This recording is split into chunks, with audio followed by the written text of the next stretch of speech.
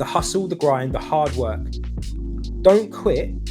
You can rest as much as you want. If you're tired, rest. Just don't stop. It's the stopping that takes away the inertia, which means you've now got to reignite. That's a hard thing to do.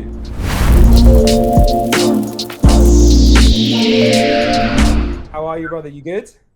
I'm well. I'm good. How are you doing, sir? Abundant and blessed as always. It's good to see you. It's been a minute. It's been a minute. We haven't seen each other and had a conversation since Jeff. Since Jeff? No, we haven't, have we? We've been busy inviting guest speakers on. It's been great. The feedback has been really great. We really thank you guys for messaging us and telling us how much you've enjoyed it, and we're very grateful for it. But today we thought about just having a nice catch up, mate. Just talking about the state of affairs in the current world, what we're seeing, the trends, some big shifts happening in the world right now. I'm sure we could all agree, which we just talked about off there, which we're looking forward to deep dive in, sharing some of the things that we've been up to, what we're planning, because everyone loves knowing what we're doing, what we're up to, and more importantly, talk about the 10-minute tinfoil hat special as well, because we haven't done one of these for a while. So make sure you say 2 podcasts since we've done a tinfoil hat. Yes, I know. No, free. We didn't do one. No, it's free. Oh, yes, free. Yeah, I got called out this week. When are you guys doing the 10-minute tinfoil hat takeover? Because you haven't done one for a while. So I think maybe we should do a special one for Christmas or after in the new year. Just do a whole tinfoil hat episode. Yes, we could do that. Yeah. Let us know if you want to hear that, guys. But yeah, make sure you stay in to the end, because that's when we save it. We save the good stuff. We've got pretty good stuff that we've got throughout this, but we just chat shit for most of it, but the good stuff's at the end. Hell yeah! But we've got the goodies at the end. So really looking forward to this. But how's things been with you, my dude? You're planning some travel, right? This month. I am. So near the end of this month, I'll be heading off for a retreat in El Salvador, which is being run by a lovely young lady called Kira. And it's called the Solar Culture Retreat. This is all to do with quantum biology. And El Salvador is now the home of Dr. Jack Kruse, who is the gentleman who started the whole quantum biology movement. So we're all going there, hopefully to meet him and to just spend some time together talking all things quantum. We're going to be learning as well. So one of my mentors is going to be there doing a talk. So Sarah Pugh will be there. Alexis Cowan's going to be there. I'm going to be there giving a talk as well, which is pretty cool. So I'm going to be giving a talk about the one ring to rule them all. Kira's kindly given me a spot to talk, which is lovely. So I get to speak all things about Science Beat and the ring there. But mostly it's going to be a retreat for 5 days or so. I'm going there early with Daniel from obviously our podcast recently. And then myself and Daniel are hop, skipping and jumping across to Austin. And we're going to be there for about a week, hoping to bump into some people in the On It gym and stuff. So hoping to bump into Aubrey Marcus and Chris Williamson and Joe Rogan and maybe Tim Ferriss. Who knows? There's some very cool people that chill in Austin. So hoping we can bump into them. And it's my first proper holiday since 2019. So I've just been grafting since then. So this is going to be good. And it's the first one since the autoimmune started. And obviously I've been fully healed for 2 years now.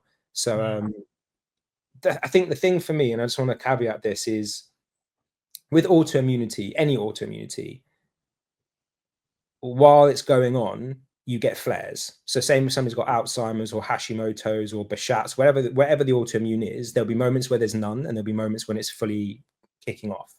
Now, obviously, mine doesn't kick off because I've healed it. So I haven't had an immune response in 2 years. But the thing that ulcerative colitis does is it makes you very, very anxious about going out.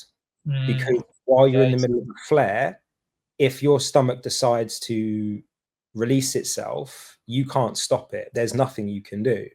And it's not like releasing in the sense of normal releasing, it's blood mostly. And as I say, there's this immense pain and there's not much that you can do and you have to go. So for the 10 months that I had a flare, I couldn't leave my home. I was chained to the toilet, as you know. So this is the first time I'm going to be traveling Yeah. outside of my own control. Like I won't be the one driving. I won't be in an environment that I can control. And that brought up a lot of anxiety and fear, I guess, around the whole situation, even though I've got no reason to believe that I'm going to have any problems. I know I won't, but Yeah. it brought it up. And the reason why I'm bringing that up is because it's not something that's spoken a lot about when it comes to IBD.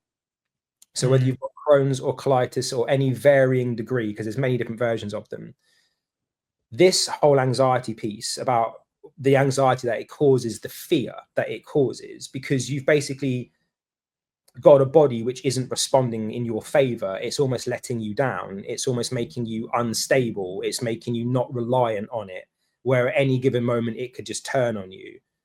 That's a really difficult place to be in mentally. And obviously the body then holds that trauma. The body holds that in its cells, in its nervous system, in its water. So this exclusion zone water that the body has within it, the structured water the body produces, this is the water that surrounds our fascia. This is where the water holds memory, and it holds on to the trauma. And this is why we cry, because as we cry, we release this memory.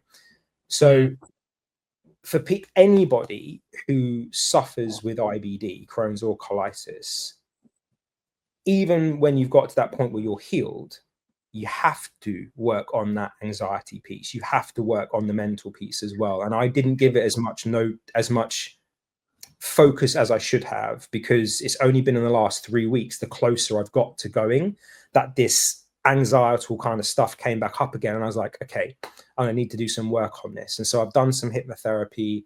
I've done a lot of deep work with meditation and going through some like medicine journeys and stuff like that to release the trauma. And it's all released, which is great. Like I went through some very emotive things, but I just wanted to put that out there to people that have this condition still. Yeah. You're not alone. Don't feel that you are alone. If you need to talk to anybody about it, reach out to people, talk to people about it. If I can help, please let me know. Just reach out to me. But it was just something I never thought about. Something I never thought. And I did address it with clients, but never addressed it with myself. So yes, the traveling is very exciting, and I've got a lot more travel coming up next year. So this is an important piece to go through, because it's going to allow me to be free to be able to do those things. Because otherwise, I'm just going to end up staying in this environment all the time. So it's been a very eye-opening experience, that's for damn sure. But yeah, I just wanted to share that just in case it can help anybody else out there. But you, sir, have had something very cool happening of late, which I feel that you should probably share with our listeners and the world. The floor is yours. Oh, well, I agree, dude. I think just going back on that before I talk about myself, I agree. There's a lot of people who are trying to fix the issues with diet and supplements and exercise and neglect, obviously, the spiritual side and the emotions that we carry, and whatever we suppress will always resurface at some stage, right? And funny, you know, I noticed this yesterday. It's been a while since I did yoga. It's been a good so in May, so a good few months since I last went. And that last yoga I did was really, really cool. It was clown yoga. I don't know if anyone's done that, but it was basically about, you know, tapping into your child state. So your child state when you're a kid, playfulness, and you know how that can be a great way to release a lot of these emotions, because as we are indoctrinated into the system, we're told to not be a kid. We can't play anymore. We have jobs, we have bills to pay, and we have to be serious. And you can't have a joke anymore. You can't have a laugh. And I've seen this happen worldwide since the whole COVID thing as well. I feel a lot of us aren't tapping into this side, this child state anymore, having a bit of a giggle, having a bit of a laugh. And it was very, very, very powerful yoga practice that helped me a lot, because I do like a laugh. We have a good laugh, don't we? And have a joke. And, you know, that's very important to me. And being silly, like no one's being silly. Everyone acts very, very serious. Why so serious? Why so serious? But yeah, yesterday, found that out yesterday. It was a very nice practice. And today actually played a track that was played last year when I was going through this practice, and it triggered an emotion, and I did start crying, and I felt very like relieved. I felt like a lot had been like let go, and it's very, very, very important, guys. If you feel like you've been buried a little bit lately with stuff and bombarded, and you've neglected the spiritual side, then I urge you to find something, whether it be, like what you've done now, Mark, with hypnotism, or yoga, or having a coach, someone to help you, CBT therapy, like cognitive behavioral therapy, just to help you. But anything somatic is very, very good. I was about to say that. So that's one thing that I did do. I did somatic work as well. So I follow and have a course from a lady called Irene Lyon, Lyon. She's a great somatic therapy teacher. She learned from Peter Levine, who is the main somatic therapist in the world. Peter Levine's books and stuff are incredible. There's something about the tiger. I forget what it's called now. I've got it. Yeah, his books are incredible. But she's amazing, Irene. She's brilliant, like absolutely brilliant. So I totally agree with you, because we need, as we are moving through these emotions, they need to be physically moved. This is because it's emotion, and it's emotion because it's energy in motion. So these feelings need to be released through movement. That's why it's called somatic, because it's body release. So that's why when you did the yoga, you felt it. If you hadn't done the yoga, the track would not have had the same response. So it's just making sure that we've got that space where we feel comfortable and confident that we can trust the person guiding us. So I would definitely, I agree with you 100%. Everybody should go through this type of thing. Somatic therapy is incredibly important. Yeah. It's Peter Levine, Waking the Tiger. That's the one. That's the one. Yeah. Great book. Somewhere on our bookshelf. I did start reading, and I've got a few of them, because it just helps, doesn't it? Like, if you understand it, you can teach it a little bit as well. Of course. But it is exciting, dude. Like moving away, moving forward. I got engaged this year. You did. So I was very exciting. I built up, a lot of the last few months, and that's kind of partly what it might have been down to, is I've just been so driven by this amazing thing that's happened, and part of me is a little bit of a perfectionist, so I want to make sure that it was the right time. And I always say to people, there's never a right time, but sometimes there is with these sort of things. And we've been together, me and my partner, for a long time, like a decade this year, which is, and you can imagine the pressure from family and friends. When are you going to develop the question? When are you going to do it? But we're in a different world now. Like, there's no set agenda. You should I think, be your authentic self. And I didn't feel ready or mature enough yet. I feel like I had to do a little bit of work, a lot of inner work, before I go and make that commitment. And I think that's very important. Never feel pressurized. Never feel that you should be, pushed to something that, you don't feel quite ready. You want to do it, but you don't feel like you've got everything aligned first. Sometimes you don't have things aligned, but I feel with certain things like this, it's a big commitment. And I wanted to prove that. And it all went well. And we're actually, going to get married next year, which is, it's pretty big. We're excited for it, but I feel it's the right thing. I feel like it's, I've wanted to do it for quite some time. It was very special. And that was our last podcast, I believe. Was no, it wasn't. It was with Dan, and I was about to do it that day, wasn't it? I was like, right, boys, got something to do. I've got a very important question to ask. I'll see you later. But it's been just go, mate. You know how life is like. Like, ever since we got back from that trip in August, it's been September, October. We're 3 months ahead now. It's been nuts. It's just go. Because there's always something. We've got that, like the wedding planning going on in the background. I've had a seminar that I delivered recently as well, in-person seminar. So my head was like full with just stuff, just stuff that I wanted to get done. And now I can kind of like, chill out a little bit, and return back to yoga and arguably get into some a new hobby as well. Say a hobby, get back into like some of my roots, some gaming, which I haven't done in like over a decade, but a lot better in terms of. I haven't gamed. I don't even know. I don't. I've got an Xbox. Is it an Xbox One? Yeah, I've got one down there. I've used it twice. Yeah. Same, man. We were blessed. We got given a PlayStation 4, and I've used it a handful of times. But I went out last week and thought, you know what? Now it's gonna become a winter. Like I need to have something, just not necessarily switch off, but something to just to use.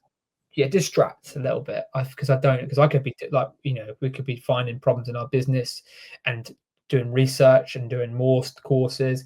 I think it's very important to have not a distraction, but have hobbies. It's okay to have hobbies like paddle. I love been doing paddle recently. That's been really cool. I would like to get back into like electric, learn like to play an instrument, electric guitar again. So it's all things that I've got on my goal set and plan. I actually said that. I've got my guitar out here because I'm reteaching myself. I haven't played it. As you know, I used to be in the music industry. I haven't played it in probably about 7 years. It's got to be easily. I haven't sung properly. I haven't written a song. I haven't played anything. And I picked it up. Picked it up the other day. My hands were all like, I don't know how to make a chord. That's like, what's going on? I used to be able to shred the guitar and play classical music, and now my hands are all just morphed and like I don't even know how to make like an A minor. I'm like, this is ridiculous. Take my strong hand. yeah, dude. I same. I haven't done it since I was a kid. Like, bless. Like we got music lessons in our hometown, and the place shut down, and that was like the end of my lessons. I never picked up a guitar since, and that was like 10 years old, 11 years old. So that's a long time. So I've relearned. Yeah, but mine was more mid to late. Yeah, late 20s was the last time that I really played it and jammed and did all that stuff and wrote songs. And I haven't done it since then, not properly. Okay. But I think it's important, dude. Like, as you say, like it's when you're entrepreneurially gifted and all you want to do is not all you want to do is work, or all you want to do is create and make the world a better place through your own actions. It's very easy for Monday to Sunday to be the same. And you're just doing the same things. As you say, you're working, you're learning, you're studying, you're researching, you're coaching, you're teaching, you're building, rinse, repeat. And that literally, dude, that could be my life every single day. And it's not like I need the guitar or I want, or I need to learn different languages, or I need to learn something separately from what I'm doing. Like I'm learning kind of like coding and stuff as well at the moment. And it's just because it's like, well, otherwise all my skill set ends up over here. And I lose the ability to do all the stuff over here. You know, it's a little bit like when you're at the gym and you want to bodybuild, but after however long of doing that, like maybe 12 weeks of that or 8 weeks of that, you're kind of like, oh, it's a bit boring. Like, you know, no disrespect to bodybuilding, but it is pretty fucking boring. And then you're like, oh, I'll do a little bit of calisthenics. So you start like looking at your handstands and your pull-ups, and you realize that you can't even do a handstand. You can't even do like more than 8 pull-ups without like failing and whatever. Like, so you get into that a little bit, and then you do that, but then you realize you're not really gaining any kind of strength that you get. And then you're like, oh, maybe I'll do a little bit of powerlifting or a little bit of strength training or a little bit of performance work. And you can only focus on a couple of things at a time, and everything else kind of falls to the wayside. And so I think, you know, when you're just working on business, everything else falls to the wayside because you're like, no, I haven't got time. So setting yourself out where you're like, okay, I'm going to learn this. Like I've got my chessboard down here. I've got my guitar here. I'm learning 2 different languages. I'm teaching myself to code. It's so, like you say, I am not permanently myopically focused in this one place. Yeah. So that I can get a break away from it. So that I'm not, because if you're always focusing here, this is all that you see and you miss everything else around it. So if I'm always looking at A, I miss B, I miss C, I miss D. I don't see those other things. And so I think, you know, rather than waiting for the new year, which is what we spoke about last in our New Year's resolution podcast, we spoke about everyone waits till New Year. Sod that, man. Just start. Just do it. Just get it. You either do it or you don't. And you know, the best time to plant a tree was 20 years ago. The second best time is now. So just do it. Just get it started. It's gonna be uncomfortable and awkward and crap. Like I'm playing my guitar like I've never even picked one up before. And it's disappointing because, as I say, I used to stand on stage and play. I used to play and sing at the same time. Well, now I can't do that yet. If I play, I can't sing, and if I sing, I can't play. Like all the rhythm goes, nothing sounds right. So you just got to do it, just get it started. But anyway. Yeah, no, I agree. Same conversation I had with someone this week about this stuff that we do. What to get on board with what I do. I might wait till Christmas. Actually, I'm like, well, things don't improve. Like, why are you waiting till then? Yeah. Oh well, it's just easier. I'm like, no, it's not. Who told you to think that way? Because everyone else waits till New Year. Like, arguably, no one does wait till New Year because they just keep putting it off. If you're someone who's been putting it off all year, you're just going to keep putting it off forever. Dude, it's when something means that much to you. We do things by priority. If something meant that much to you and you prioritize it, and that's exactly what it is. You're prioritizing going home and watching shit on TV, consuming and not doing, and I'm possibly stereotyping when I say that, but that is sadly the large of the population worldwide is I'll start that tomorrow, but tomorrow never happens. It is uncomfortable to start. I get that, but as soon as you do, it's like the first domino to fall. It becomes easier. There's less resistance, and you can just do. Everything that you want is on the other side of something that sucks. Yeah. The quote, what's that quote? The magic you're looking for is in the work that you're not doing, or the magic you're looking for is in the work that you are avoiding.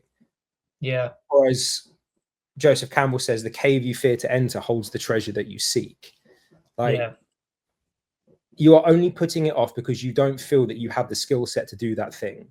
The only way that you're going to get that skill set to do that thing is by doing the thing. And so the more that you put it off, all you are doing is proving the point that you don't have the skill set, so you will never start.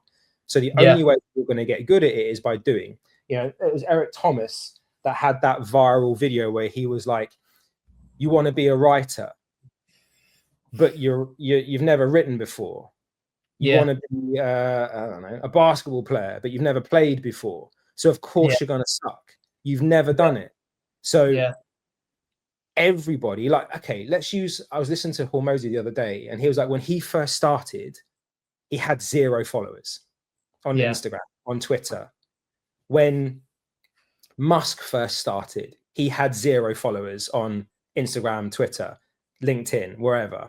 Like, everybody, if we just use social media as an example, everybody that you follow, that you look at, that you go, wow, they've got 1 million followers. Yeah, but when they started their account, they had 0. Gary Vee, when he first started, had 0. Yeah. Right? I'm pretty sure when Ronaldo first started playing football, he was shit. Yeah. I'm sure Tiger Woods, when he first swung a golf club when he was 4 years old, was shit. Yeah. Right? He didn't wake up being a pro, right? There could be in Federer, yes, he's a great tennis player, but he could be a better football player than Ronaldo, but because he never played football, we just don't know.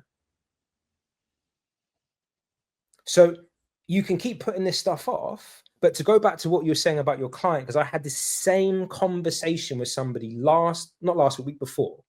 Yeah. They're like, okay, yeah, I think I might start in January. Yeah. I was like, that's like, 2.5 months away. Yeah. I was like, how tall are you? She was like, I'm 5'7". I was like, how much do you weigh? She's like, 100 kilos. And I was like, right. So how much do you think you're going to weigh between now and then? What do you mean? Well, is what you're doing making you lose weight? And I didn't even finish myself. Oh, no, it makes me gain weight. Right. So your daily actions make you gain weight. You're living a shit life, as your words, not mine. And yet you want to wait to January. Why? Well, it just might be easier then. Oh, okay. Well, I'll tell you why it won't be, because you're going to be 2.5 months heavier. You're going to be 2.5 months further in to your bad lifestyle. which makes it harder to get you out. The longer it takes, the harder it will be. So you can either wait. It's a little bit like getting a splinter. Well, you can take the splinter out straight away, and then you'll get no infection and you'll be fine. It'll be healed within a day. Or you could leave the splinter in there for, I don't know, a couple of weeks. Then it will get infected, bit of gangrene maybe. Might start eating the skin away. Might end up losing that bit. It might be in the finger, so they might end up having to amputate it. I'm taking it to extremes.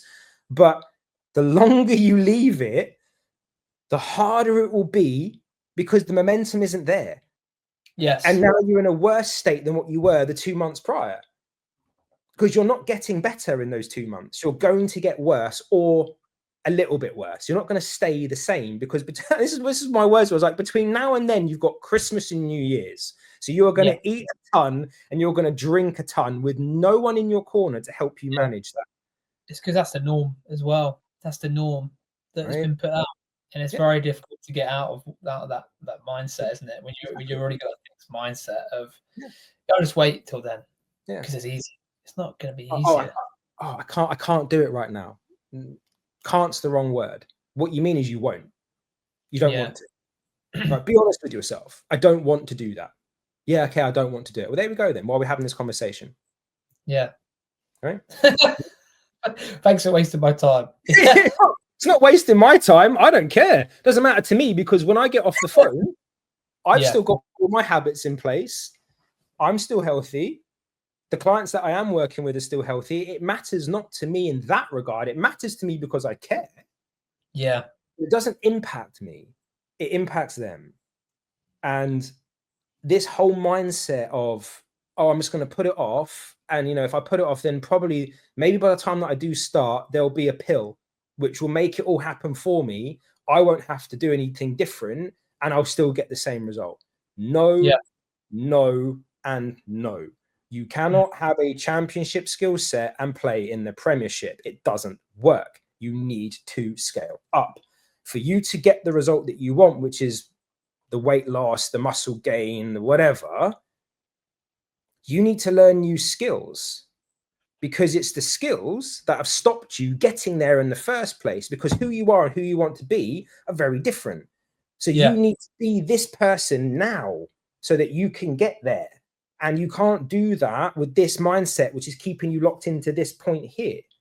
So take the plunge now. Do it now. It's far easier now. Because if you wait 2 months, it will then be another 2 months, and then another 2 months, and then it's a year, and then it's 2 years, then it's 3 years, and now you're 2 stone heavier. Yeah. Than what you were. Yeah. It's exactly. I remember speaking with you. I started my because I'm doing a competition. I'm going to pause for 1 second. Somebody's at my door. 1 second. Yep. All right. Sorry about that. Back. Yeah. Just an Amazon delivery. It's all good. Panic over. Sorry. What were you saying, brother? Yeah, no. So like I stand up, like I said to you, I've been, had this idea of doing a bodybuilding competition, and I was like, I want to do it. I've always talked about it.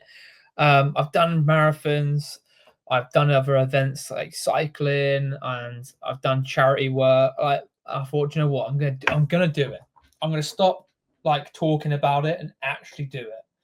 And in my head, I was like, spoke to my man Nathan. We both know it. Shout out to you, Nathan, who we met on the Institute. I said, can you help me? And what do you think is realistic from where I am right now to where we need to be looking at 2025 to give it a realistic shot? It's the first time I've ever done it, and obviously I've got a long way to go. And it's like, a year, like a good 7-8 months of building, and then obviously you're cutting down for this. You'll be good to go.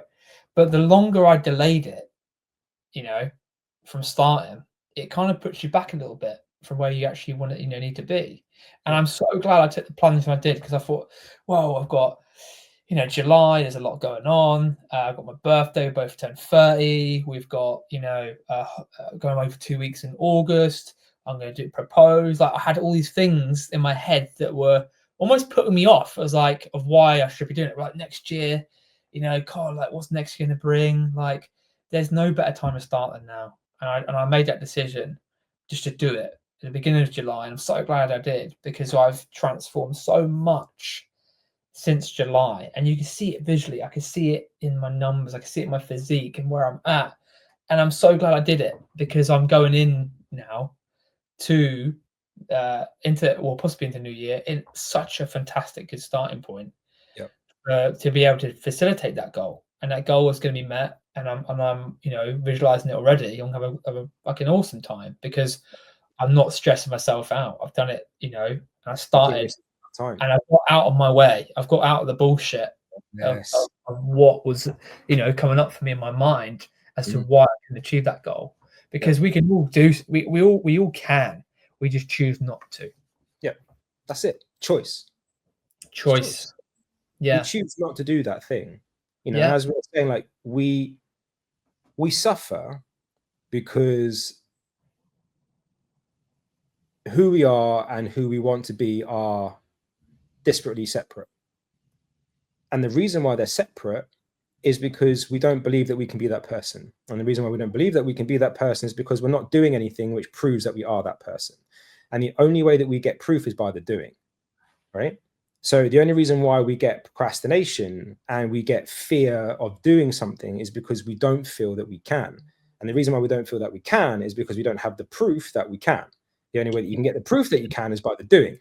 This is why the saying that insight very rarely leads to action, where action will always lead to insight, is the way to look at things. Like, if you want to start a business, start. If you want to go on a diet, start. If you want to run a marathon, start. If you want to do a bodybuilding competition, start. If you want to learn an instrument, start.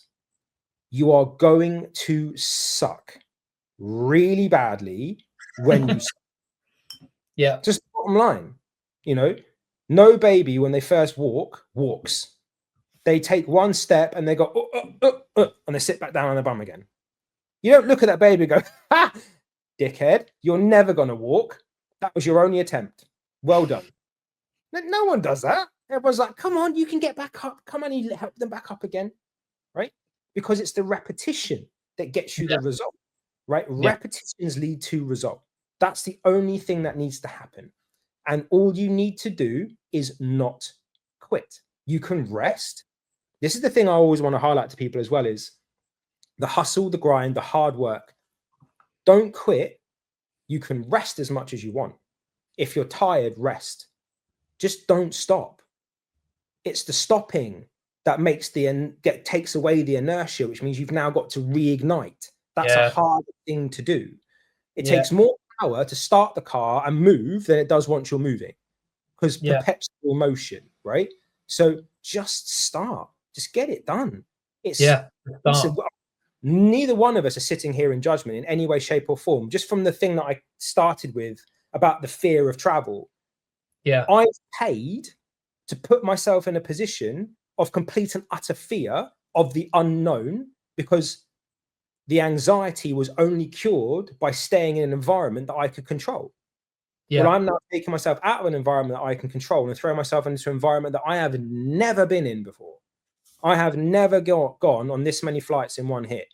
I've never gone on flights this long before since I was like 12, younger than. I've never been to El Salvador. I don't know what that's like. I've never been to Austin. Don't know what that's like either. I'm doing layovers. I've never been to Bogota. I've never been to Houston. I don't know what these people that I'm going there to meet are like. Well, I do, but I've never met them. So much uncertainty. Sure. But same with your predicament, with your bodybuilding.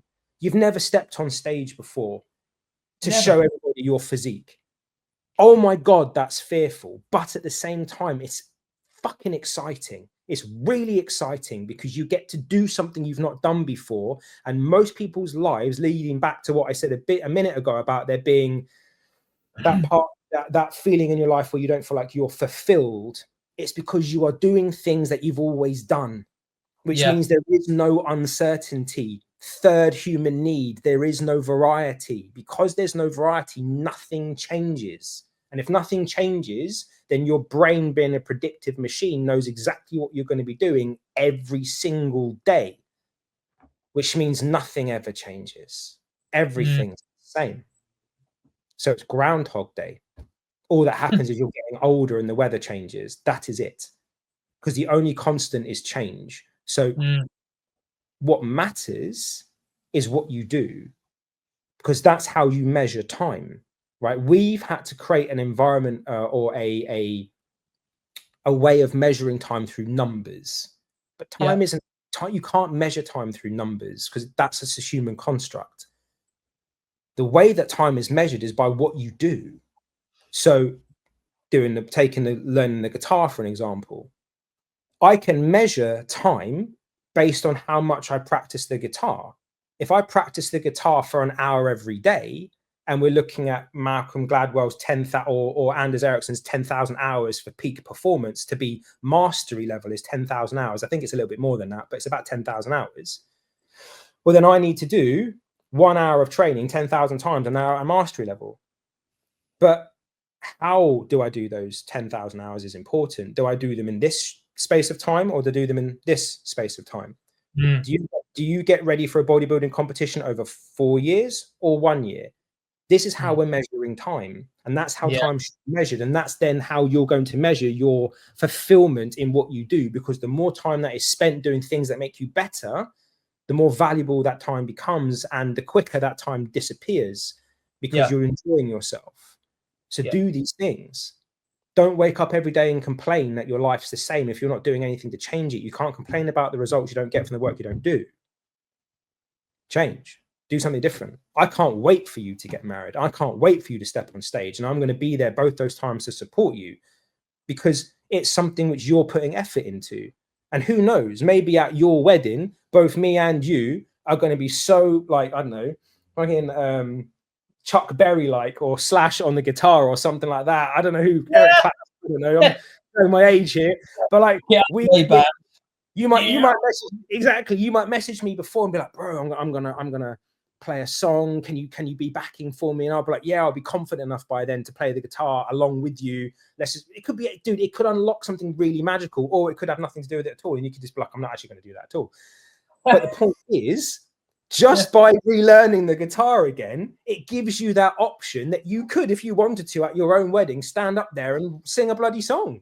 Yeah, I agree. Right? Yeah. Sorry if Chloe's listening to this and I've now just given her an idea. No. Yeah, exactly. Start now. But you know what's very interesting, actually, since you gave me the ring, because I think we should touch base on that, because it's got a little bit of a request, shall we say, from my clients and a few people who listened to the last podcast. Actually, it's picked up already, and I've been a bit slack on inputting the data, but it's definitely picked up like the last few weeks, like mild stress. Yeah. And I put that down to a little bit of wedding prep, although Chloe, bless her, she's done most of it. It's just me making decisions like, oh, this is pretty big decisions. You have to remember, when you're planning a wedding, all the male's job is to just say yes, and where do I stand? Yeah. That's all you need to do. That is it. Yeah. How much is it going to cost? What do I need to do, and where do I stand? Yeah. The last few days, it's been good. Recovery's been good because I've been putting a lot more emphasis on that. But I could tell you, like week before, I did need to recover. Like I took a deload from training, and it predicted all this stuff as well, which is very interesting. It's very, like we discussed the last time around. It predicted all of your stuff, which I think we should deep dive into, because it is wild. I've been wanting you to share this story, but yeah, tell everyone like what on earth this little on the One Ring is. The One Ring is all right.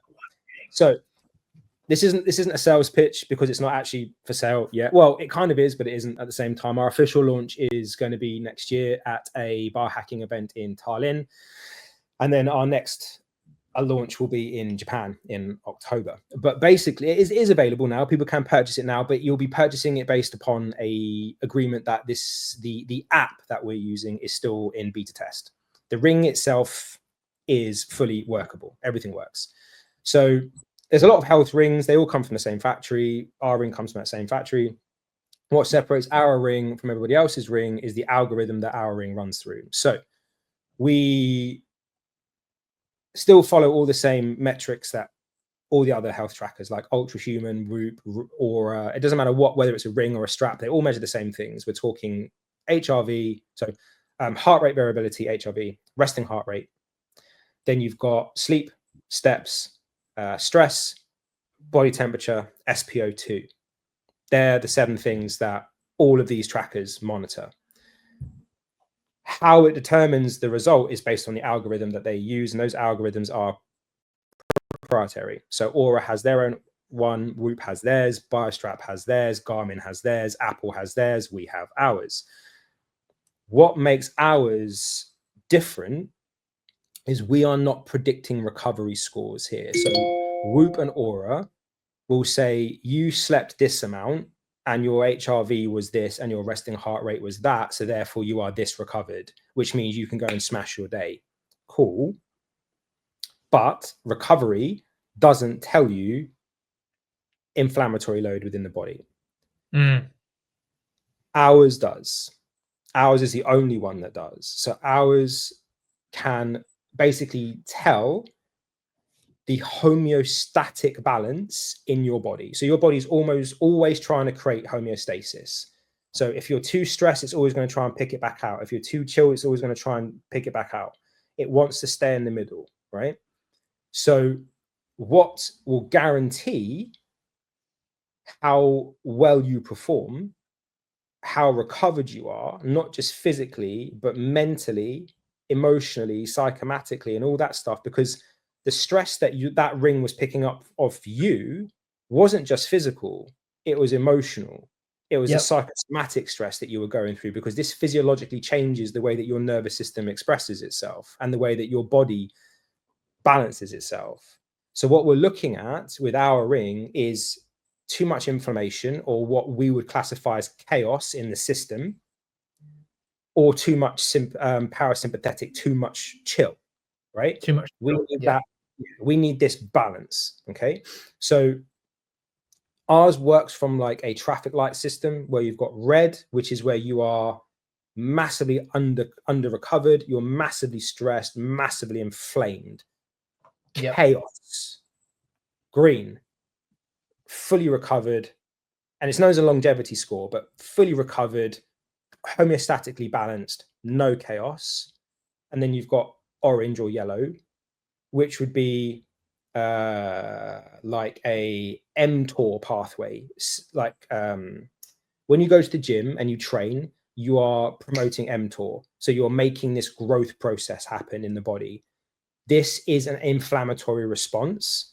Anything that you do which creates some kind of homeostatic load will create some kind of stressor. So ice baths, Wim Hof, infrared saunas, training, red light therapy, supplements, peptides, these are all hormetic stressors. Temperature changes, all hormetic stressors. Stress in traffic, stress at work, stress in life, hormetic stressor. These are all things that kick you out of balance, and the body then has to pull you back in. And how quickly your body can pull you back in is how basically adaptable and resilient your system is. This is telling you how resilient you are. So it will say to you, okay, this has happened, but you've snapped back. This happened, you snapped back. This happened, you snapped back. But on the 4th time, it tipped you over. You've done too much. Your body now is not balanced in any way, shape, or form. There is now chaos in the machine. It needs to balance itself out. So today, don't do this, don't do this, don't do this, don't do this, and don't do this. It starts to predict based off what you tell it, how to adapt and what you've done, and it will tell you what to do to rebalance yourself again. So on mine, because I've been trialing out a couple of things of late, different peptide combinations, different supplement combinations, plus I've been on a different training program because I'm going to be going away. We've pushed the envelope a little bit. My body's been in this mild stressed state, or moderately recovered state permanently for the past 3 weeks. It's just orange, yellow, green, green, yellow, yellow, yellow, yellow, yellow, green, yellow, yellow, green, green, green, green, yellow, yellow, yellow, yellow. It's just been doing that. I've never been going into red.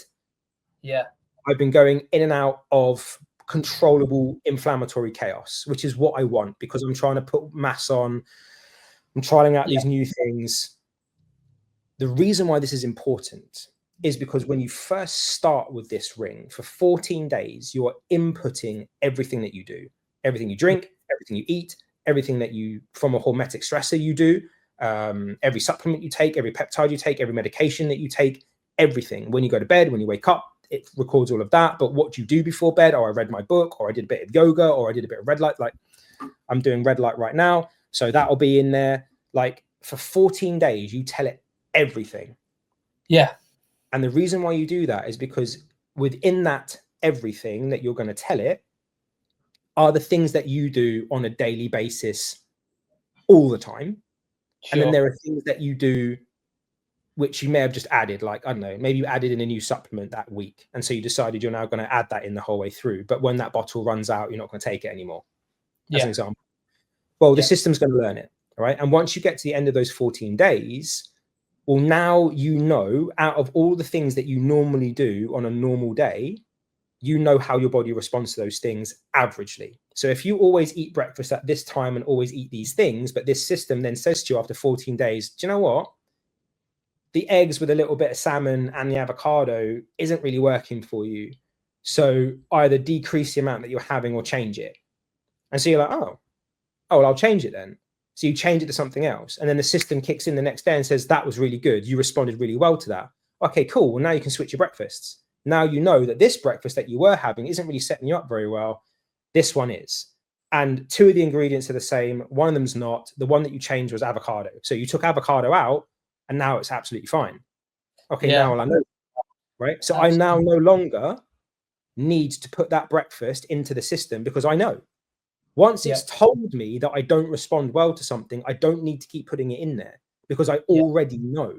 So after that 14-day period, the only things you need to add into the lifestyle bit so that the algorithm can learn are the things that you don't do normally. So if you are, for example, trialing a new supplement, if you are trialing a new training program, if you are trying cold showers for the first time, or infrared saunas over dry saunas, or photobiomodulation, or wearing blue light blocking glasses at night and you didn't do that before, or you're drinking filtered water over tap water or bottled water over tap water, whatever the case may be, you add in the variable that is different. And then that variable gets measured across everything that you've been previously doing. And it will say to you, this thing is either yes or a no. Yeah. And then you can adapt it based off that. Right. So I've been running, as an example, I've been running methylene blue at a certain dosage for probably 2 months. Yeah.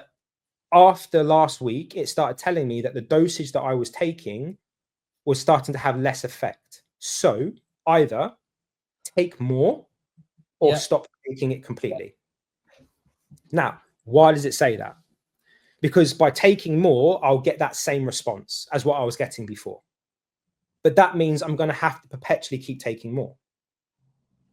Well, that doesn't work. So what's the other option? Well, it then says to me to stop. Well, why does it say to stop? Because if I stop, I've now not got a desensitized system to it. Because the more it's a bit like caffeine. The first time you drink coffee for the first time in your life, you're like, argh! But then after like a week of drinking that caffeine, you need a little bit more and a little bit more and a little bit more. And before you know it, your little espresso has gone into a big mamba drink cup because you need this much caffeine now to get the same response as what you got from this, because you become desensitized to it. Same thing. We become desensitized to ice baths. We become desensitized to supplements. So you then have to cycle them out. Yes. This algorithm is saying to me, either keep taking more or just stop for a bit. Yeah, well, and tell everyone as well, Mark, about the wild story that why you got involved with it in the first place and what it picked up for you. Cool. So it's not a sales pitch. No, definitely not a sales pitch. Not at all. How I got involved with it was just from a client who ended up turning into a friend, and she just invited me into the group, and I said yes, I'd love to be part of this. It sounds amazing. So luckily, I got in at the beginning, which was nice, and just started wearing it. When was that? End of 2020, beginning of 2021, something like that. Yeah. and wore it for like a year and a bit. Data was good, my recovery was good, everything was great. And then in the February of 2022, my business partner now, but the guy who invented the algorithm, Ho Ken, he sends me, and by the way, I want to do a big shout out to Ken and to Ed, the guys who first initially founded this company and set it up.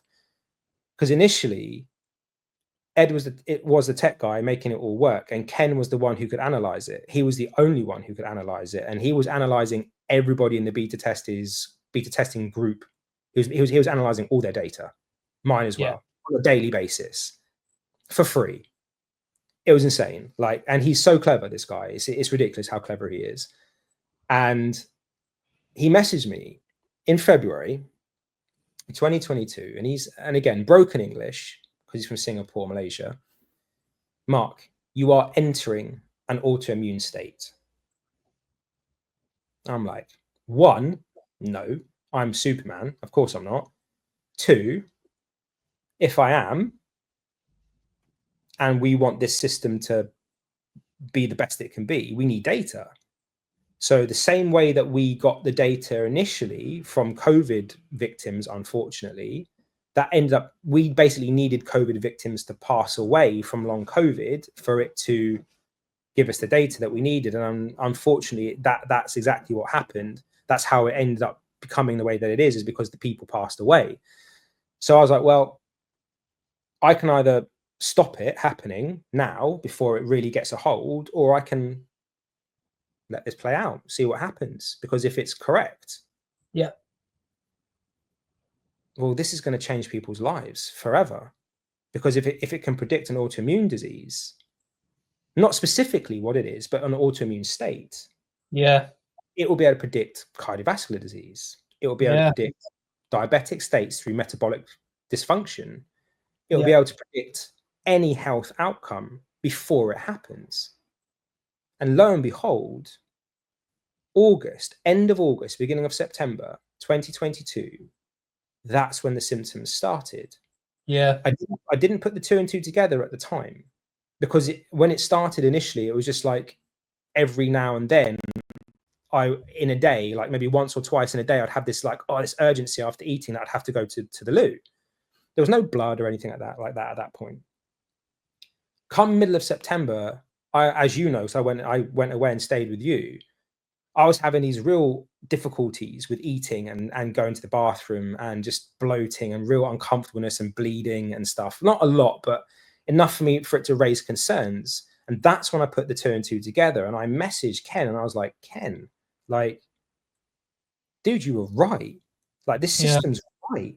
Like, I believe this is an autoimmune that's happening. I need to get checked. I need to find out what's going on. Got my blood stuff. And of course, at the time, we were both in the institute. Well, I was still there, just about. You were still there.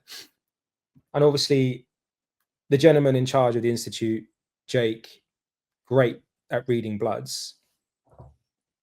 And we've seen him read bloods many, many times. I have, you have, we all have. He's incredible at reading bloods. My bloods were so bad that pretty much out of 60 markers, 54 of them in a conventional range were out of range. I've never seen a normal blood lab come back where 54 markers out of 60 were all red in the conventional range. Normally that happens when we add it to our ranges, doesn't it?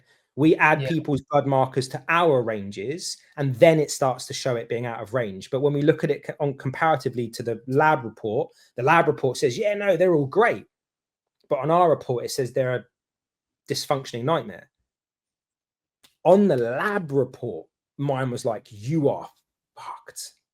Like, and Jake's looking at these bloods, and I can see it in his face. Now, I don't want to speak for him, but I generally felt this and saw it in his face. He's looking at it like, what the fuck is going on?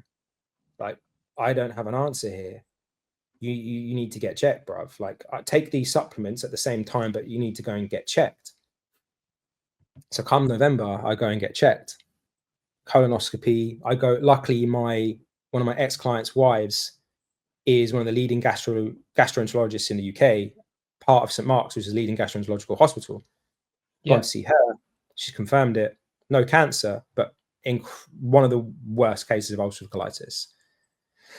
So why is this important?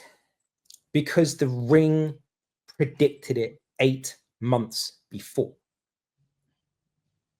Now, if I was in a normal situation, not needing this to be proven correct, I could have put a stop to it there and then. I could have gone and got checked, gone and had my IgG markers done. I could have gone and had a calprotectin test done. I could have gone and had HSCRP done. I could have had any marker done that measures inflammatory load in the body. I could have had lipids done. I could have had everything done like that. Yeah. So when it comes to decentralized health, which is what I'm all about, is decentralizing health, getting people away from Western siloed medicine, not because there's anything wrong with doctors or surgeons or anything like that. I'm not saying that at all, but Western medicine fails on many levels. We need to give people the power to have their health back in their hands. They determine what happens. They get to measure these things. They get to know what's happening before other people get to know. Yeah. You become the one in charge. That's where this makes a massive difference. So I'll give you another example. So my mum has one of these rings. My stepdad has one of these rings. My dad has one of these rings. It's important for me for my dad because my dad's had 2 heart attacks. He's got 8 stents and he's just had open heart surgery. He's also had both his knees replaced recently and he's had a prostate operation. So, and when he had his open heart surgery 3 months ago, he almost died twice. So I have him wear that because I want to monitor his symptoms so that I will know if anything starts happening, I can help. Yeah. Now, my mum's in good health. My mum's decent. So is my stepdad. But my mum, she had her gallbladder removed recently against my best wishes. Her surgeon did a scan on her. She's like, well, there's no gallstones. Mum was like, okay, well, then don't need my gallbladder removed then. Yes, but I just don't think they're showing up on the scan. But you do have some polyps. So my mum's called me. She went, I've got some polyps. I said, okay, they can remove those. Yeah, she wants to remove my gallbladder. Why?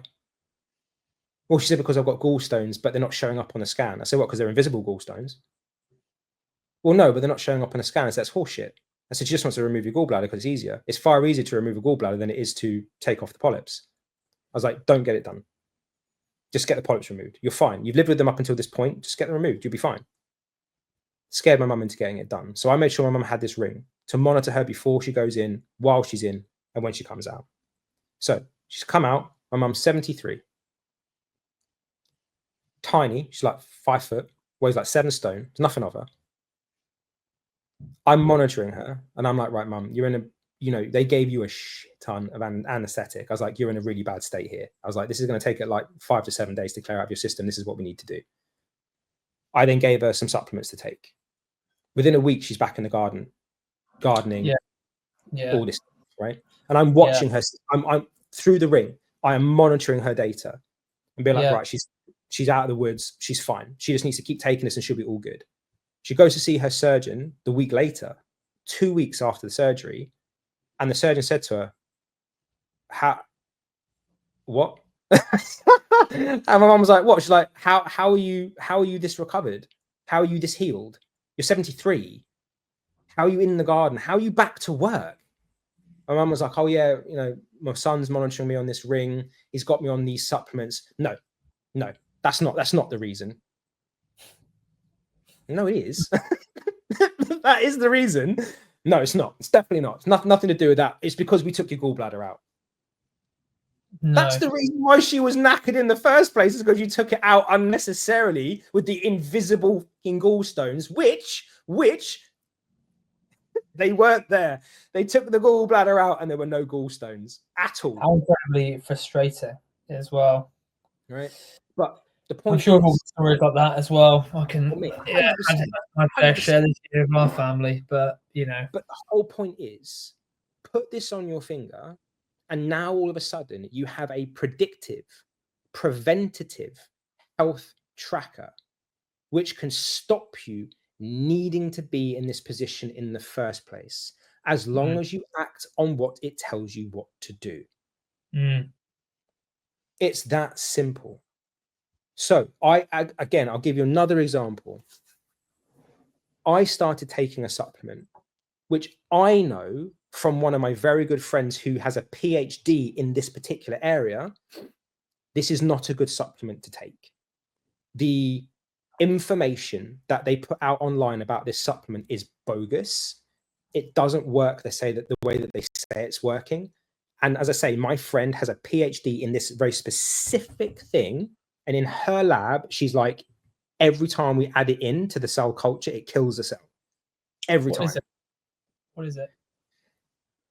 I'm not going to name the company, but it's a form of urolithin A, which works in the same pathways as NMN, NAD, NR, NADPH, NADPH. Yeah. Anyway, it works on that whole cell recycling pathway, autophagy, senescent cells, NR into NMN to NAD, and so on. Oh, yeah. So they've noted in the lab that when you take this particular version of urolithin A, because there's many different versions, it kills the cell. So I said to the guys, my business partners, like, maybe we should test this. So we did. There were 6 of us, not a big cohort by any means, but 6 of us all wearing a ring, all in different parts of the world, all took this same supplement for 2 weeks.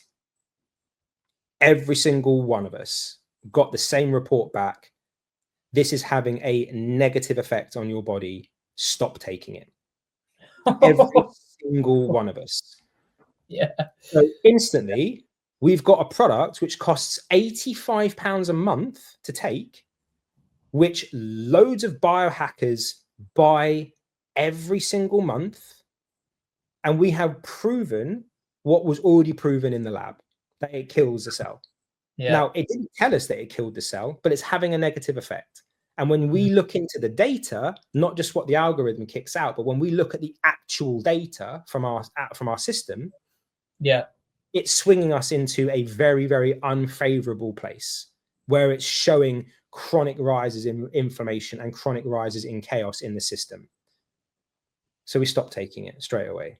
And it just proved to us, because it was just an in-house experiment, it just proved to us that the system works.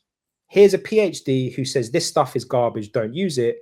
Here's a system that measured it. The algorithm said don't take it. We looked into the data confirmed what the algorithm said after 2 weeks of trial, and we stopped taking it straight away.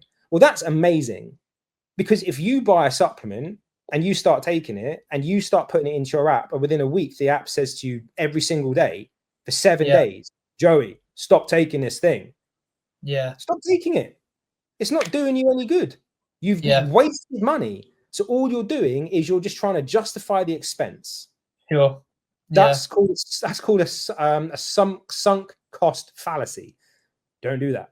Just stop taking it straight away. It's pretty wild. It's pretty wild for sure.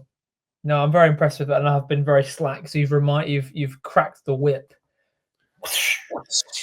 Start tracking your shit, Joe. What gets managed? Yeah. Snap. Has to be again. Yeah. Well, it gets managed. Yeah. It's so true. It's so true. But again, this isn't, I just want to highlight, this isn't a sales pitch, because again, that you can't buy it unless you come to me or to my business partners. We're the only ones who can get it.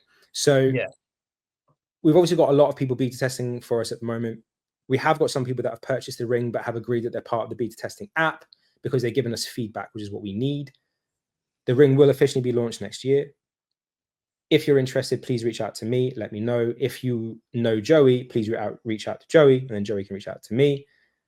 But this isn't a sales plug. What it is just allowing people to know that there is a device out there which is being used by many different ages, many different cohorts, many different people living many different lives, but yet the data is the same. It's allowing you to be the CEO of your own health in a deeper way than what you currently get from the trackers that are on the market. There's nothing wrong with them. It just depends on what level of depth you are after. I wore a Whoop from the moment it got launched in the UK. I was like the second person to have it in the UK. Yeah. I haven't worn it since I've had this ring, or since I've been using this algorithm. And Mark loves a gadget. I love gadgets. He loves a gadget. In this cupboard behind me are all the different versions of Whoop that I've got. I've got all my bio straps are in there. My Aura ring's in there. In this little pocket here that you can't see, I've got 1, 2, 3, 4 other gadgets which help monitor my body. I've got a Kinyon device. I've got a Sensate. I've got a Power Dot. I've got an Inner Balance. What haven't you got? I've got them all. Got my little red light thing here. Got another little red light thing over there. Blue light blocking glasses here. It's just like everything. I have gadgets, but I only now wear the one ring because I only need the one. I don't need all this EMF around me. This is low EMF, but we're going to try and make it lower. Yes, the brightness of the ring can be a little bit annoying, but again, we're going to speak to the manufacturers and ask them to turn that down. This is just all from feedback that we've been getting from people. So some people, the light doesn't bother them. It bothers me. There you go. You can see it now. It bothers me because I'm very aware that the green color.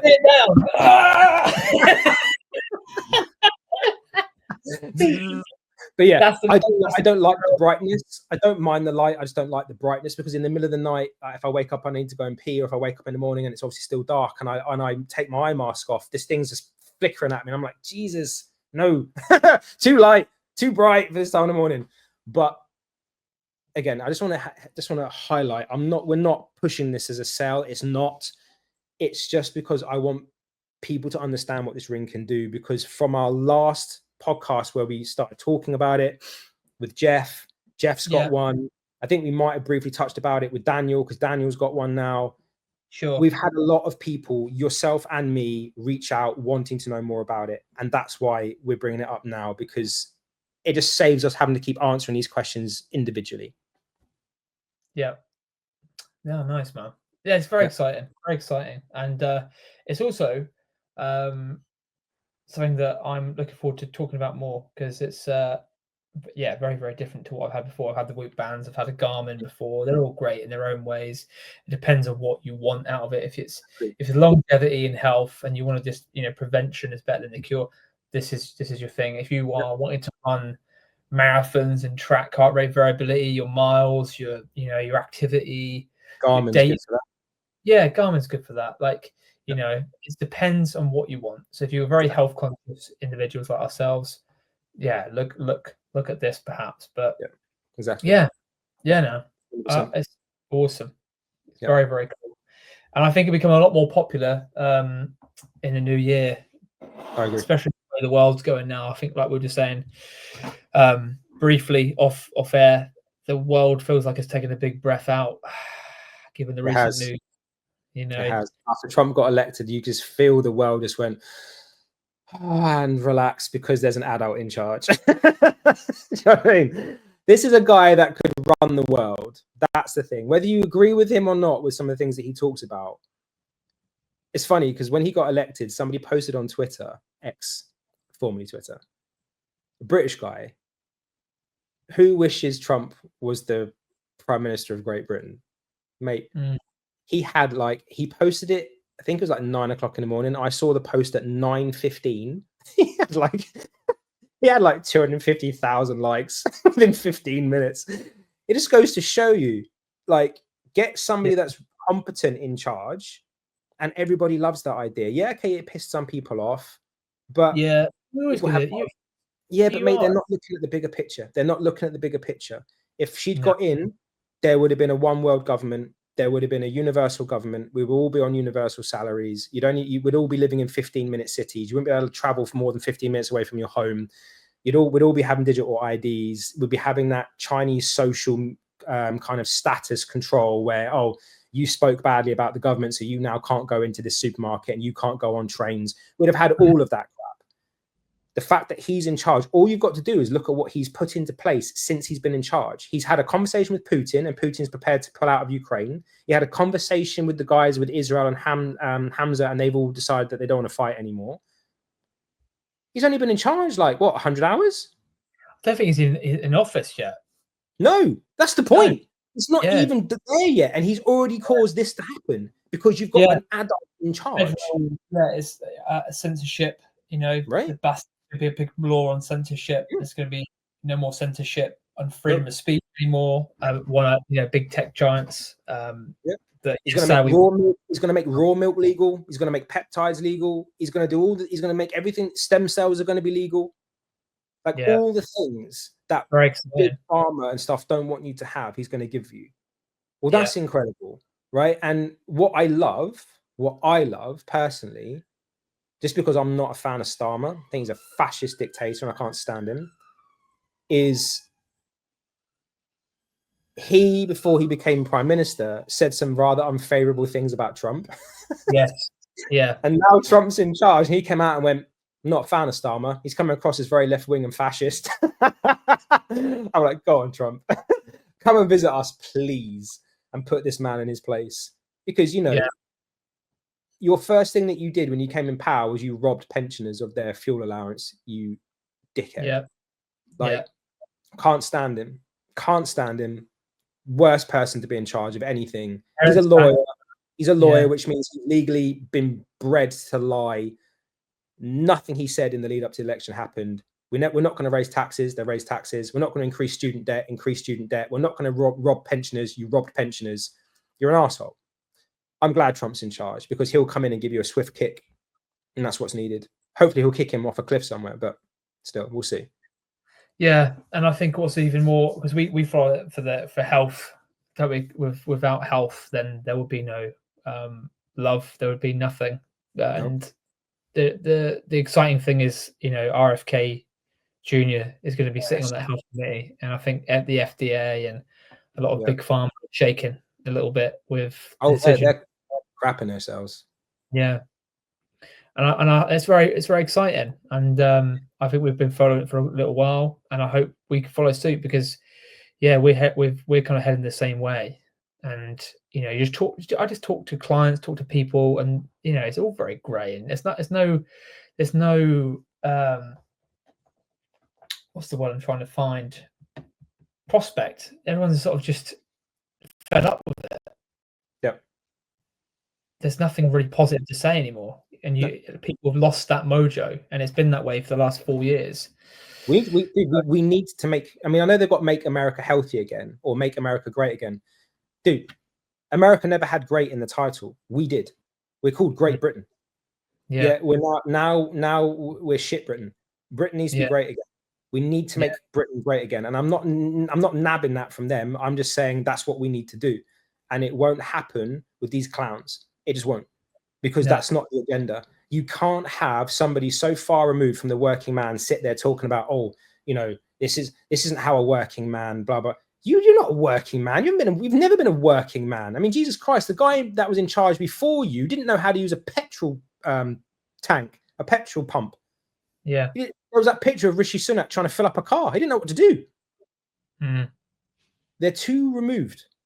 They're too far removed. And this is something as well that I want to highlight just on this. Number one, I don't know if anybody saw this, but apparently the farmers are going to do a protest in London on the 19th, and they're going to block the roads because they've made a really stupid move with the farmers. If a farmer transfers his farm to his son or his daughter, they now have to pay capital gains, which is disgusting. It's not an asset. It's a business. They've never had to pay capital gains. They promised they wouldn't do that, and they've gone and done it. So they've annoyed all the farmers. Well, if farmers go on strike, we don't have food, right? So talk about biting the hand that feeds. But not only that, this farmer, he made a very valid point. He said, we have to remember that governments govern, kings and queens rule. Well, they used to. You haven't got monarchy rule anymore. There hasn't been like that since God knows when. He's like, but he said, his words were quite funny. He said, these fuckers in Westminster. I was like, yeah, I like this I like this guy already. He went, they've forgotten. They don't rule us. They govern us because we are their employers. And I stopped the video there and then and went, holy shit. Yeah. He's right. Yeah. We employ them. They work for us. They don't rule us. They are government. They are to govern and work for the people, for the people. I think that's been lacking for several years, though. Oh, mate, more than that. It's very corrupt. But yeah, without going deep into politics, because I feel like we'll save that for another podcast, dude. I feel like we could get lost in that one, and we could get banned in that one. We would get banned, but like I think that ties in nicely with the 10-minute tinfoil hat. All right. Take the state of certain something. On that note, then take a quick break, guys. We'll be back with a 10-minute tinfoil hat takeover. See you in a bit. All right, guys, and we're back. Time for the 10-minute tinfoil hat takeover. Joey, this is where I shut up. Well, we do a bit of ping pong, don't we? Like, yeah, we haven't done these for a while. And for those who don't know what the 10-minute takeover is, we're basically about to unravel the secrets and myths that the health and fitness industry doesn't want you to know. So exposing, we kind of go backwards and forwards, but exposing shocking studies, revealing some of these unspoken truths that will challenge your perception of your health and well-being. And I've got a good one today. We had a good feedback on the last one we did, but it's been so long. Yeah, let's deep dive into it. Mark, here we go. So, are the spices in your kitchen cupboard fake? We're going to discuss a big scandal going on right now that with popular seasonings that are sold in British supermarkets that are essentially being bulked out with cheap alternatives. And we're going to get to the bottom of it and how to tell if yours is the real deal. Amazing. Pretty shocking. I don't know if you're aware of this, Mark. I'm sure it's done the rounds, isn't it? Actually, this has come up a few times over the years. I found out about it with you. Okay, you found out it through me. Yeah. Yeah. Well, I knew about olive oil. I knew about the olive oil, which I'll tack in on the end of this, but I didn't know about the herbs. Yeah, herbs and spices. Because we all use herbs and spices in our pantry. They're amazing. Like, been used for medicine for thousands of years. They flavor our food. They make food taste great, and they have very, very potent effects on our body, given what type of herb and spice it is. However, a massive study in the EU found that 17% of herbs and spices, based on 1,900 samples from 23 different countries, show signs of adulteration. So, did you say 17 or 70? 17%. 17%, which is still quite a large amount. And and that was only based on 1,900 samples in 23 countries. I think if we were to have more samples, we'd see that number rise. And the one that came up the most was oregano. Oregano is like an amazing herb, antibacterial, antifungal, and that was by far the worst.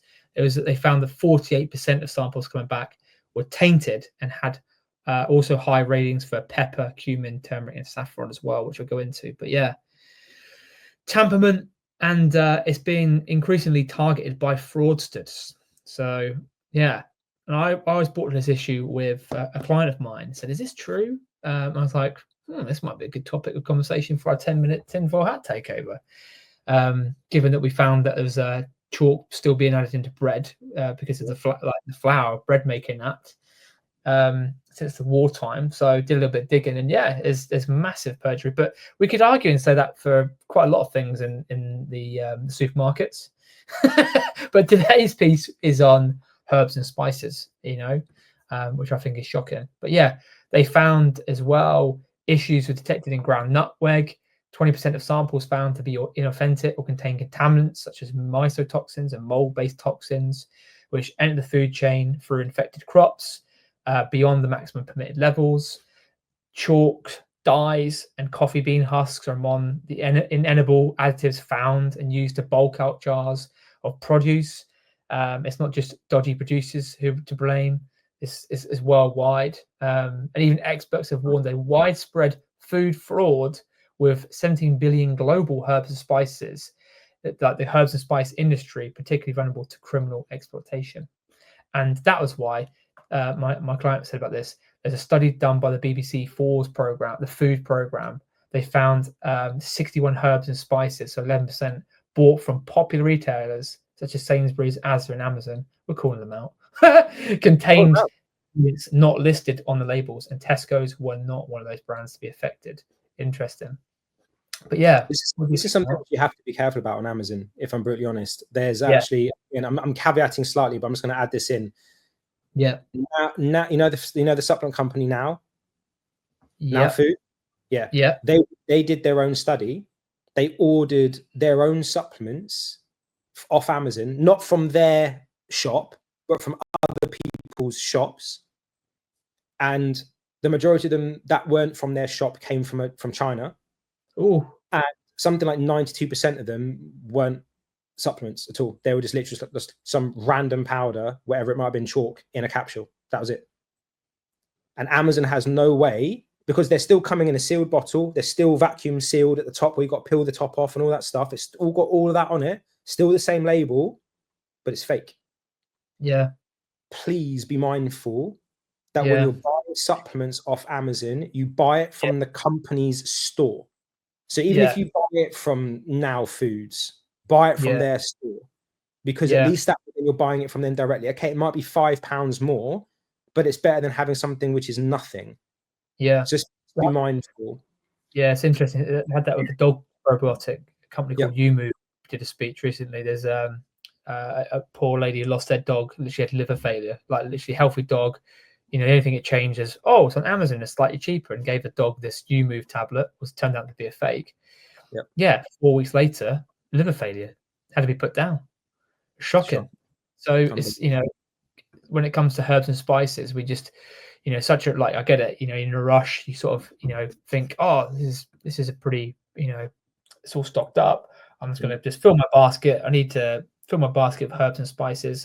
Boom. But, you know, a large percentage of those are going to be fake and bulked out by who knows what, because it's not tested really. It just sits in a warehouse at the end of the day. So I think more needs to be done. But yeah, it's also the same with sorry, brother, I don't mean to interrupt you. It's also the same with herbs that you buy from the supermarket that are fresh. So as an example, I forget what it is. I think it's coriander. Coriander is very good at removing mercury. However, organic coriander is grown in ground that isn't mercury laden, which means when you then eat the coriander, it will pull the mercury out of you. If you eat non-organic coriander, the ground it is grown in contains mercury, which means the coriander pulls the mercury up into its plant, into its root. It then grows with the mercury within it. You then eat it. It doesn't take the mercury out of you because it's already full. It just adds more mercury into your body. So it's important. And as much as people are, oh, but you know, organic's more expensive. It is, but it's also got a less likelihood of poisoning you. So if it's £1 for a packet of coriander from wherever, or it's £2.20 for an organic one, buy the organic one. Like, it just makes much more sense to do it that way. Or buy the plant that you can get, like you go to like M&S, Waitrose, Tesco's, wherever, you can buy the herb in a pot, stick it on your window. Change the compost so that it's fresh, grow it on your window. Now you've got it fresh, you ain't got to do nothing. And look for, we'll talk about like what to look for as well when it comes to looking at country of origin and labels. Third party tested. But quite shocking, isn't it? But it's basically, it's a big industry. Herbs and spices is a big industry, and it's getting increasingly targeted by apparently organized crime gangs and fraudsters that basically disrupted this global supply chain, which has caused from Brexit, from COVID, Ukraine war, and basically this is what sort of fueled it. It's sort of like, we've seen our gap. Let's do it. Same thing with olive oil. Big scandal on olive oil as well. Huge. Well, most of 90% of the olive oil sold in supermarkets are fake. Yep. So yeah, it's quite a big one. So you've got to really do your research, guys. You know, Most of them are seed oils. more so Yeah. now. Mhm. You can kind of taste it as well. Like the You can big see it. ones. Yeah, the big ones, how they taint herbs and spices for profit. The big ones are chili powder. They've been doing that with I've got on here, bulking it with like rice flour, sawdust. Yes, sawdust, brick powder to increase the weight. Cinnamon. They use coffee husk, flour, and starches. Parsley, one of the several herbs that were basically abundant plants that you can grow in your garden. We grew it this year. You know, certain plants that we use, we grow. It's just easier. But vanilla bean extract as well, believe it or not. Uses a vanilla paste, like a synthetic version, and for a petrol chemical process. Lovely. And, No. and yeah, like you said there, Mark, coriander, high quality mixed with lower grade seeds, which the flavoring oils and resins have already been extracted. And then ground coriander can be tampered with plant waste or wood dust. So it's quite shocking, like knowing that. And it's like, well, what can we do about it? Well, one, like what we did this year, is grow your own herbs and spices. That's the first one. They're like so effortless to do. You know, most supermarkets have fresh herbs and spices. You know, you should take home with you. You can put on the windowsill, and it's awesome. I did a video on my social media this year about it, how we've kind of lost this art of using it with our cooking and whatnot, and just using fucking jars and sauces rather than using these amazing herbs and spices that have been used for thousands of years that have, you know, been shown in studies to have it like so many beneficial effects in our body. And there's something magical about getting, like I found this year, like chives in the garden and just chopping that up and adding it to my scrambled eggs, you know, fresh coriander planted on the top of a homemade curry that we've made, you know. This is what I'm trying to say, guys, is, you know, with the whole farming thing that's going on, there's attack on farming and our health, you know, this is one of the ways that you can, you know, take action and do something that is not going to cost you a lot of money and is going to really have a big impact on your health, is using fresh herbs and spices, but also looking out for the right types of dried herbs and spices. You know, we're not, you know, paid by this company, but I've bought from them before. Buy Whole Foods online; they're pretty good. They've got like a quality promise on their product. They'll refund you, and they'll tell you where it's originated from, where they've bought that product from, and it's third party tested as well, which is something that you want to be looking for when it comes to this.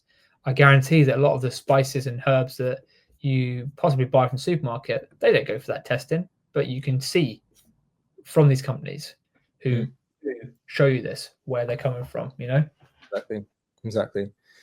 I think this is a great, that's what I'm looking for here. This is a great opportunity to highlight that you've got to take your power back. Unfortunately, due to, and again, I'm going to blame Amazon. I use them as much as everybody else. That knock on my door was an Amazon delivery earlier. So I use them the same as everybody else. Unfortunately, it is bred, since Amazon put the buy now button, it has bred convenience culture. This is a problem because, and we'll use the herbs as an example. Go and buy a pot of dried herb. Let's just use, I don't know, we'll use coriander because we keep talking about it. You can buy coriander in a pot. I don't know, £1.80. I've got M&S down there. I can walk to M&S, Marks and Spencer's. Sorry if anybody's not English or British, should I say. I can walk to Marks and Spencer's. I can go and buy a coriander plant. £1.90, £2. Now, that thing will keep growing. Doesn't matter how many leaves I pull off it, that thing will keep growing as long as I look after it. So I've only really got to buy it one time. Yeah, okay, I've got to repot it and stick it in a thing and blah, blah, blah. And then I've got to put it on the windowsill and all that. I get that. But I've got little trays, right? I've got the long trays with the little pots in. and I just replant them. And Yeah. then they stay on the windowsill. That's it. That is it. That's all you've got to do at one time. You've got to do work one time. It might take you, I don't know, let's say an hour to repot them all. And yes, it's going to get a bit muddy and a bit dirty, and you're going to have to wash your hands and scrub your nails and all that stuff. And I sound like I'm judging here, but just do it once. You've only got to do it once, and then you never have to buy dry herbs again. Now, if everybody in the United Kingdom did that tomorrow and nobody bought dry herbs ever again, these fuckers would have to stop doing that because nobody's buying it, right? They only sell it because you buy it. If you don't buy it, they won't sell it. It's a bit like, oh, everyone's like, oh, they keep putting the prices up. Then stop buying it then. It's gone from £2.50 for a block of cheese to £5.50. So stop buying it. If you stop buying it, they will not keep putting the price up. They will drop the price because demand goes down. The more you keep buying it, the more they keep doing it. Don't do it. Same with olive oil. Yeah. If you're going to buy olive oil, make sure it's in a glass bottle. Make sure it's a Mirin glass or a green glass bottle so that it doesn't get oxidized by light. This tells you one thing about that company. They care about the produce that's inside the bottle. Number two, buy ideally Greek because it has the highest antioxidant profile of all olive oils. Yep. And number three, be a ponce.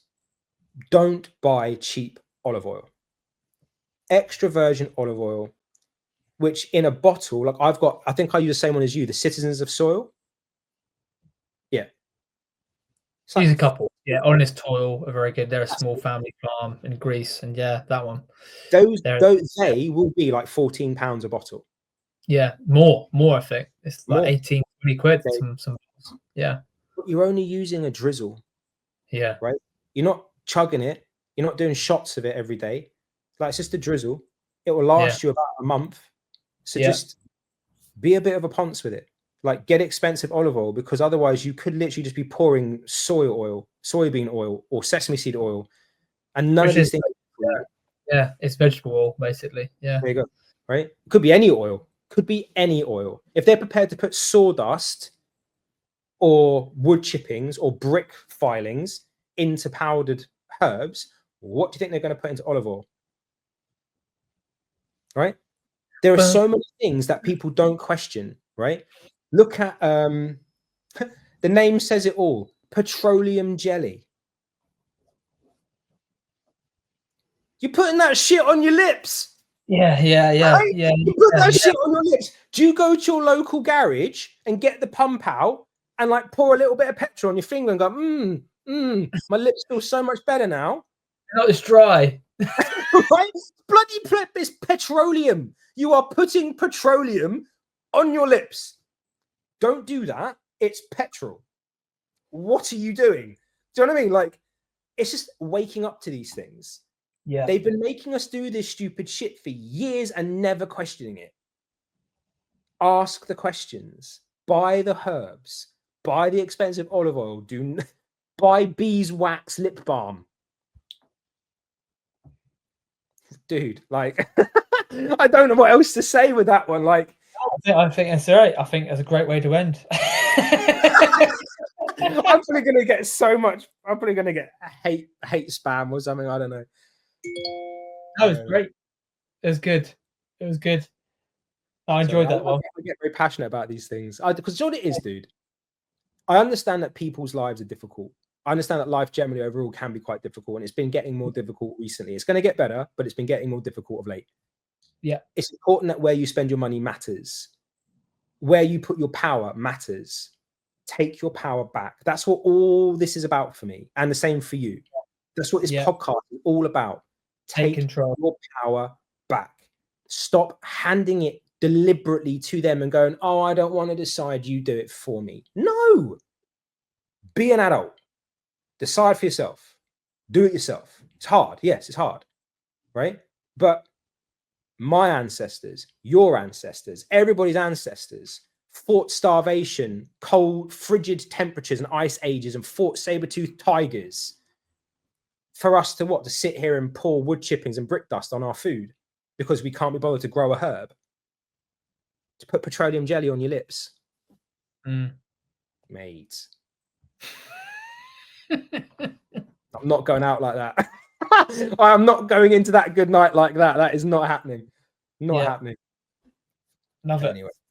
What an episode. I hope you guys enjoyed that one. Just us bitching about the world for an hour and a half. I hope you enjoyed that. Well, no, I think it's all needed. We spoke our truth, spoke our mind once more, and that's what it's all about. And we look forward to the next episode. We've got, I hope, a very exciting guest that we've got yet to confirm. Yes. Which will be very, very good. A couple of people actually. So we're gonna keep on going till the have a little bit of a break over Christmas, aren't we? And got a couple more to knock out, I suppose. Podcast. We might be able to do one while I'm away. It just depends on what the time zone difference is like, and what my availability is like. But we'll try and get another one in before the end of the year. And if not, I'm back on the 13th anyway. So from the 13th of December up until like the 23rd, I'll be around. So if we've got time, we can probably fit one in then and do it like this, I guess, if we need to. But Joey, is there anything else that you'd like to add, brother? No, just take control, get your power back. I think that's a good message. It's been a good podcast. Hope you guys enjoyed it, and we'll see you in the next one. 100%, guys. Have a good one. Have a good one. Stay blessed. And anything that we've quoted with regards to studies or what have you, we'll pop them in the description below for you guys to check it out. And any questions, any feedback, again, drop them in the comments too. Like, subscribe, share with your friends, pass this to people that you think this would be beneficial for. We love you. Take care and stay blessed. See you guys.